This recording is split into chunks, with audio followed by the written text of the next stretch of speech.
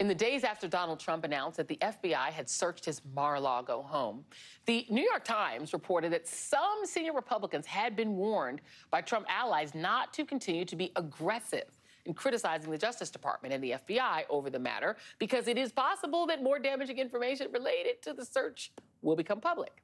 That was some excellent advice from those Trump allies, especially as we continue to learn more, not only about how many classified documents were actually found, but also how highly classified they were, like perhaps pertaining to the nuclear capabilities of a foreign country. Unfortunately, that advice was either not shared with the rest of the party or just wholly ignored, because by and large, the party that under Trump lost control of the House and the Senate and the White House is still standing behind him.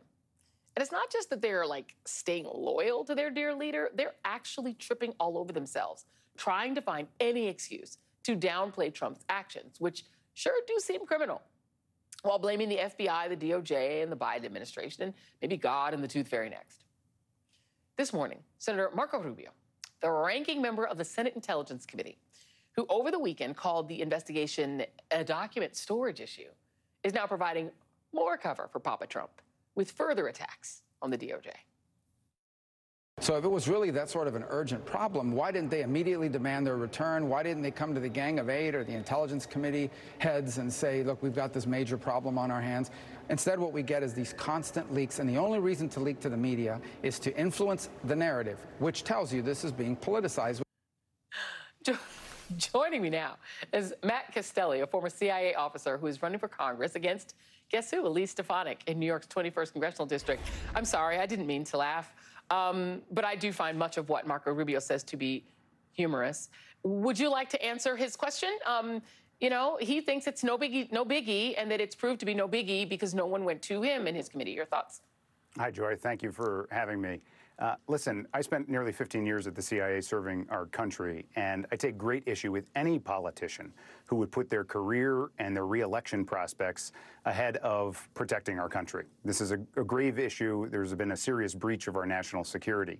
And chief among them, in my view, is Congresswoman Elise Stefanik, who, as you know, is the GOP House messaging chief.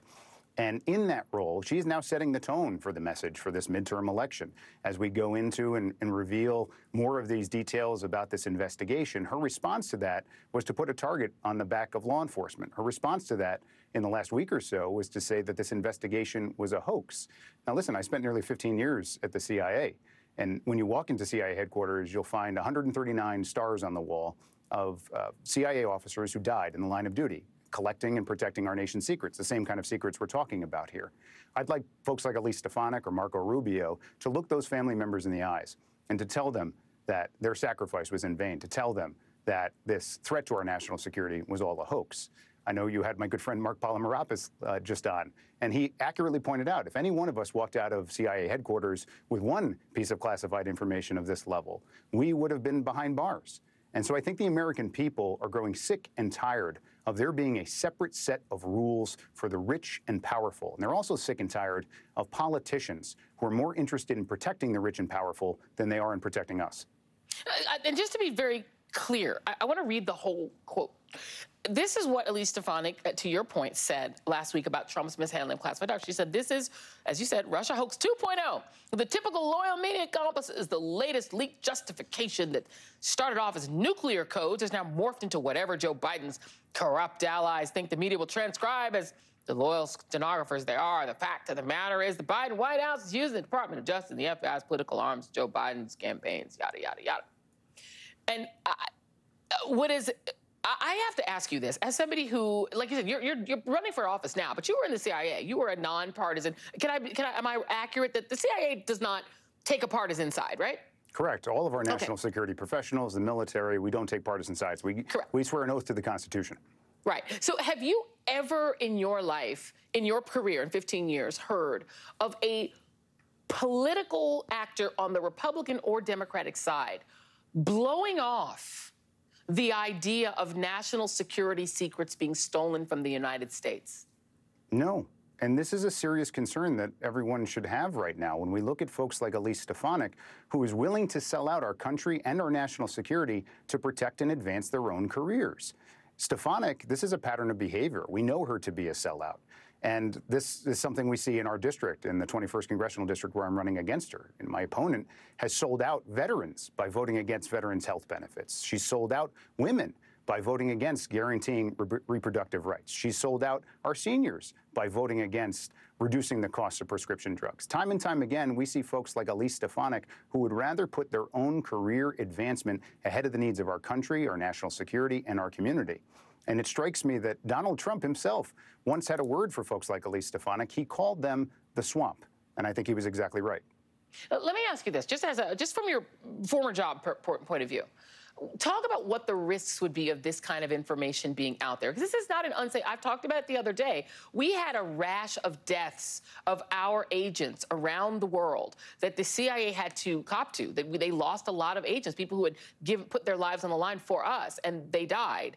And it was during the time, and I'm not saying it was related to it, but it sure was during the time Donald Trump had custody of our secrets. What is the worst case scenario for somebody that's in this field? It is dangerous. What are the risks that people take when they, for instance, decide to spy on our behalf?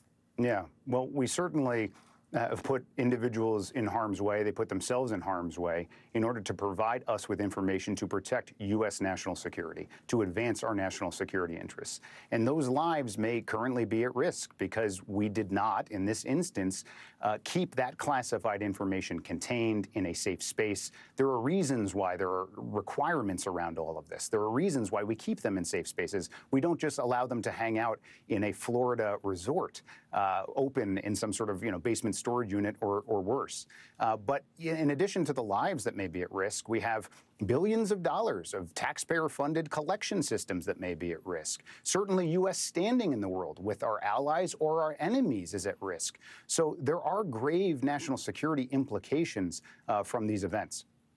And they are not partisan risks. These are risks to our entire country. Every one of the 327 some odd million people in this country are.